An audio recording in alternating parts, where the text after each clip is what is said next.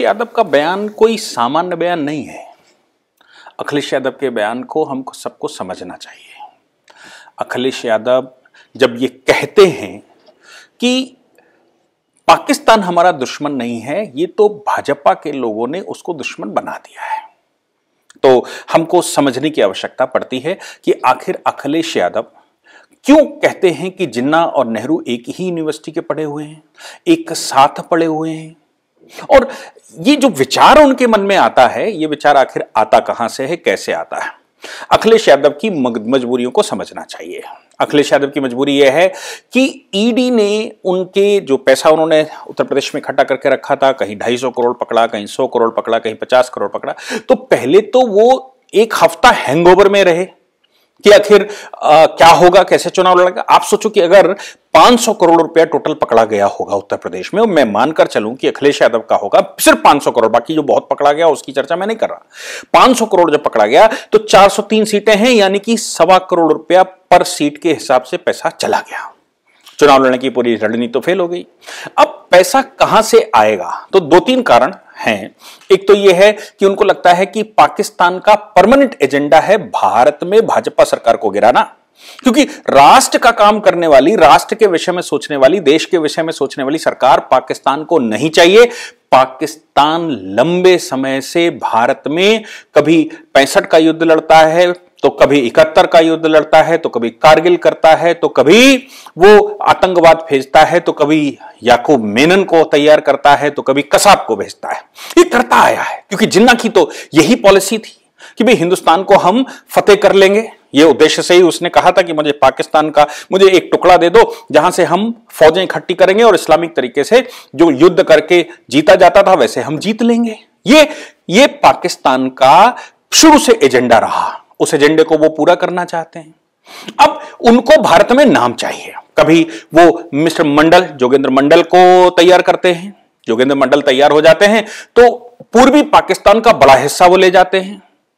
कभी वो अखिलेश यादव को तैयार करते हैं, कभी वो ओवैसी को भेजते हैं। तो अब उनको यह समझ में आने लगा कि अखिलेश यादव उनका मोहरा हो सकते हैं, और अखिलेश को वैसी वर्षा ये बात समझ में आ गई कि अगर हमें पैसा चाहिए तो ऐसी परिस्थितियों में घरों से, मस्जिदों से पैसा अगर हमको मिल जाए तो चुनाव हो जाएगा। मस्जिदों से पैसा कैसे मिलेगा? जो नेटवर्किंग पाकिस्तान के साथ हिंदुस्तान में लोगों की है, वो नेटवर्किंग पूरी हो जाए। अगर उस नेटवर्किंग का पैसा आ जाए तो कोनों कोनों में, मस्जिदों में जो पैसा इकट्ठा होगा उस पैसे से अखिलेश चुनाव लड़ सकते हैं।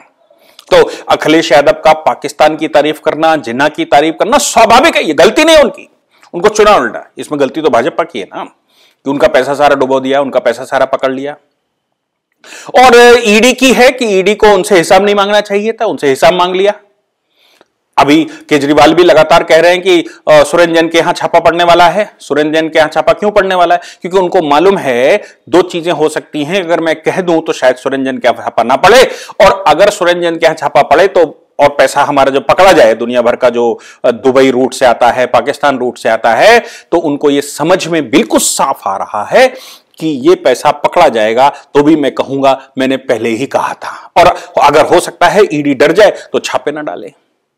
अखिलेश इस तरह के बयान जो दे रहे हैं उसमें अखिलेश की गलती बिल्कुल नहीं है। उनके पास चुनाव लड़ने का पैसा नहीं है। चुनाव के पैसे का इंतजाम कहां से हो, इसकी व्यवस्था वो कर रहे हैं। पाकिस्तान क्या है?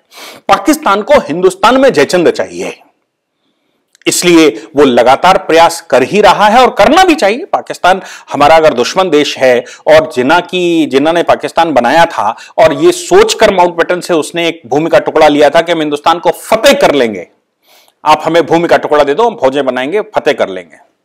हालांकि उनकी फौजें मोदी के आने के बाद भीख सी मांग रही हैं, अंदरूनी कलह चल रही है, विश्व समुदाय उनको मान नहीं रहा है, बर्बाद हो गए हैं। रुपया उनका जो है डॉलर के मुकाबले 200 पार कर गया है। उनको जमीनें बेचनी पड़ रही हैं, कारें बेचनी पड़ रही हैं, उनकी सेना निस्तेनाबूद हो चुकी है। सब कुछ ठीक है, लेकिन हिंदुस्तान में मरते दम तक जो उनका सपना है कि हिंदुस्तान को हम फतेह कर लेंगे, वो सपना तो पहले भी उत्तर प्रदेश से ही पूरा हुआ था। और अब फिर वो उत्तर प्रदेश पर ही टारगेट करके रखा है, क्योंकि आपको पता है ना कि पाकिस्तान जो बना था उसके निर्माण की पूरी प्रक्रिया उत्तर प्रदेश से शुरू हुई थी। आज भी पाकिस्तान में रहने वाले 80% मुसलमान जो यहां से गए थे वो उत्तर प्रदेश और बिहार के थे। उत्तर प्रदेश बिहार ने पाकिस्तान पहले बनाया तो उनको लगता है कि उत्तर प्रदेश ही फिर से हिंदुस्तान को पाकिस्तान के मातहत ला सकता है, इसलिए रास्ता उत्तर प्रदेश से जाता है और उत्तर प्रदेश उनको लगता है कि यहां से ही मैं फतेह कर लूंगा। भूल जाते हैं कि यहां योगी बाबा बैठे हुए हैं, भूल जाते हैं कि अब मोदी जी सत्ता में बैठे हुए हैं, भूल जाते हैं कि पाकिस्तान जिनकी नतपरस्ती करता है वैसे सऊदी अरबिया जैसे लोग नतमस्तक हो चुके हैं। वो भूल जाते हैं कि विश्व समुदाय में आज हिंदुस्तान ने अपनी ऐसी प्रतिष्ठा बनाकर रखी है कि पाकिस्तान को कोई पूछना तो दूर की बात है, भीख भी देने को तैयार नहीं है। अखिलेश यादव को यह समझना चाहिए, उनके मस्तिष्क में यह बात बैठनी चाहिए, जब पाकिस्तान का वजूद खत्म होने की स्थिति में है तो तुम जिनके लिए गा रहे हो उनका अस्तित्व तो कैसे रह सकता है, वो कब समाप्त होगा और कितनी जल्दी समाप्त होने वाला है, ये उनको समझ में आना चाहिए। इसलिए तुमको इसी हिंदुस्तान में रहना है, इसी उत्तर प्रदेश में रहना है। कहीं ऐसा ना हो कि तुम भी इस्लाम स्वीकार कर लो और मजबूरन तुम्हारे बच्चे भी नमाज पढ़ने लगें, अजानें सुनने लगें। ऐसा ना हो तो अपनी पीढ़ियों को अगर बचाना है तो सुधरना होगा। चुनाव की हार जीत तो लगी रहती है, चुनाव कोई बहुत बड़ा महत्व तो नहीं रखता। चुनाव तो सत्ता कुछ समय के लिए लेकर आता है, आपको सत्ता में बिठा देगा, लेकिन राष्ट्र को जिस आग में आप झोंक रहे हैं, आप जो भाषा बोल रहे हैं, जो पिछले 3-4 दिनों से आचार संहिता लगने के बाद अजानों के लाउड स्पीकर की आवाज बढ़ गई है। जो लाउड स्पीकर रात में नहीं बजते थे, अजाने रात की बंद हो गई थी, वो फिर शुरू हो गई हैं। योगी बाबा जी इस समय चूंकि आचार संहिता लगी हुई है, इसलिए एडमिनिस्ट्रेटिव मशीनरी पूरी की पूरी इलेक्शन कमीशन के हाथ में है, इसलिए वो एक्शन नहीं ले सकते। तो फिर आप इस समय जब आप सत्ता में नहीं हैं तो अजानों लाउड स्पीकर की आवाज बढ़ी हुई है, जाली टोपी लगी हुई है, तमाम तरह के वीडियो पाकिस्तान से वायरल हो रहे हैं, यूट्यूब के कितने चैनल भारत सरकार ने अभी बंद करवाए हैं, फेसबुक के कितने अकाउंट भारत में सीज किए गए हैं, भारत सरकार एक्शन ले रही है क्योंकि हवाएं वहां से चलती हैं और तुम्हारे जैसे लोग यहां उसको पोषित करते हैं। इसलिए अखिलेश जी, आपको यह समझ में आ जाना चाहिए कि तुम उनके लिए सिर्फ एक काफिर हो, इससे ज्यादा कुछ नहीं।